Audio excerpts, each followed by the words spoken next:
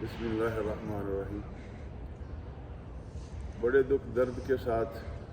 یہ بات حرم نبوی شریف میں عرض کر رہا ہوں۔ آج ہمارے پاکستان کے معاشرے کے اندر اس قدر بے دردی، بے رحمی اور قطع رحمی ہو رہی ہے جس کا انداز کرنا بہت ہی مشکل ہے۔ حال ہی میں ایک ویڈیو ایسی دیکھی جس میں ایک بیٹا اپنے باپ کو زد و کوب کر رہا ہے، تشدد کر رہا ہے، جس کے باپ کے جسم سے خون نکل رہا ہے صرف چند سکوں کے لیے، تھوڑی سی گھر کی جو پراپرٹی ہے اس کے لیے اپنے باپ کو مار رہا ہے، جبکہ رسالت مآب علیہ السلام نے ارشاد فرمایا ہے تمہارا والد تمہارے لیے جنت کا اوسط دروازہ ہے۔ تو میرے پیارے بھائیوں، اب جو اپنے باپ کو مار رہا ہے وہ رسول اللہ صلی اللہ علیہ وسلم کے نافرمان کی قدر کر رہا ہے، نہ رب ذوالجلال کا حکم اللہ نے قرآن مجید میں فرمایا ہے وَبِالْوَالِدَيْنِ احسانا، اپنے ماں باپ کے ساتھ حسن سلوک کرو۔ تو محترم بھائیوں، بات ہے رسالت مآب علیہ السلام نے ارشاد فرمایا ہے کہ باپ جنت کا سینٹرل گیٹ ہے، اوسط یعنی مڈل دروازہ، جو درمیانی دروازہ ہے، یہ وہ دروازہ ہے باپ اور اولاد کے لیے جہاں انسان اسے، میرے نبی نے فرمایا اب تیری مرضی ہے اس کی حفاظت کر یا اسے ضائع کر۔ تو صحابہ کبار رضوان اللہ تعالی علیہم اجمعین نے عرض کی یا رسول اللہ صلی اللہ علیہ وسلم،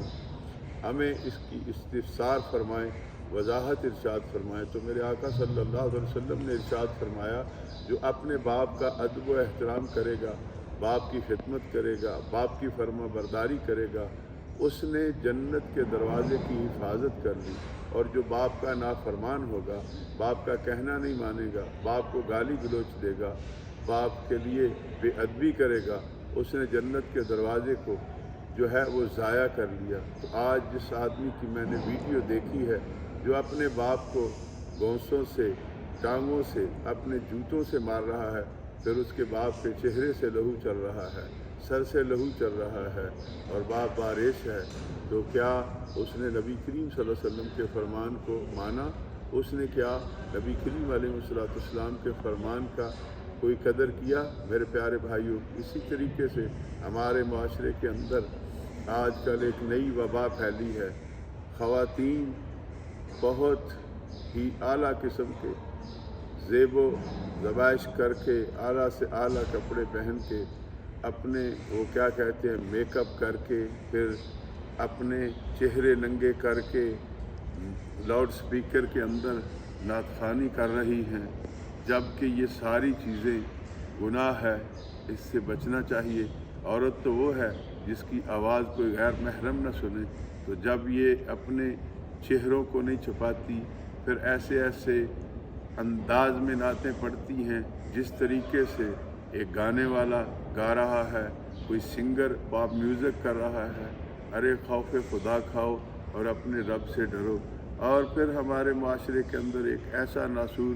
تیسری جگہ پہ پھیل رہا ہے، جیسے کہ مشائخ کرام کا تو بہت ادب ہے، ہم مشائخ کی جوتیاں بھی اپنے آنکھوں میں رکھنے کو تیار ہیں، لیکن آج کے جو نام نہاد پیر ہیں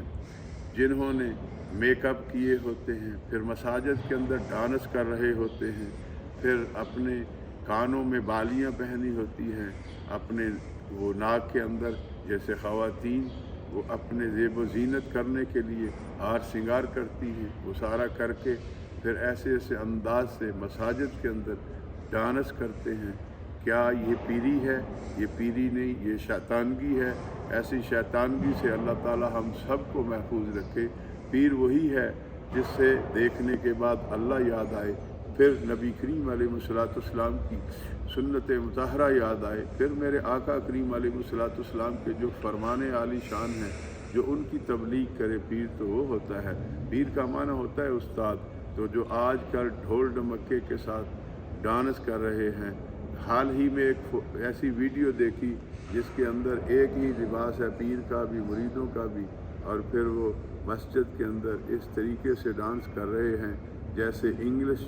میوزک چل رہا ہے۔ تو کیا یہ پیری ہے؟ یہ شیطانگی ہے؟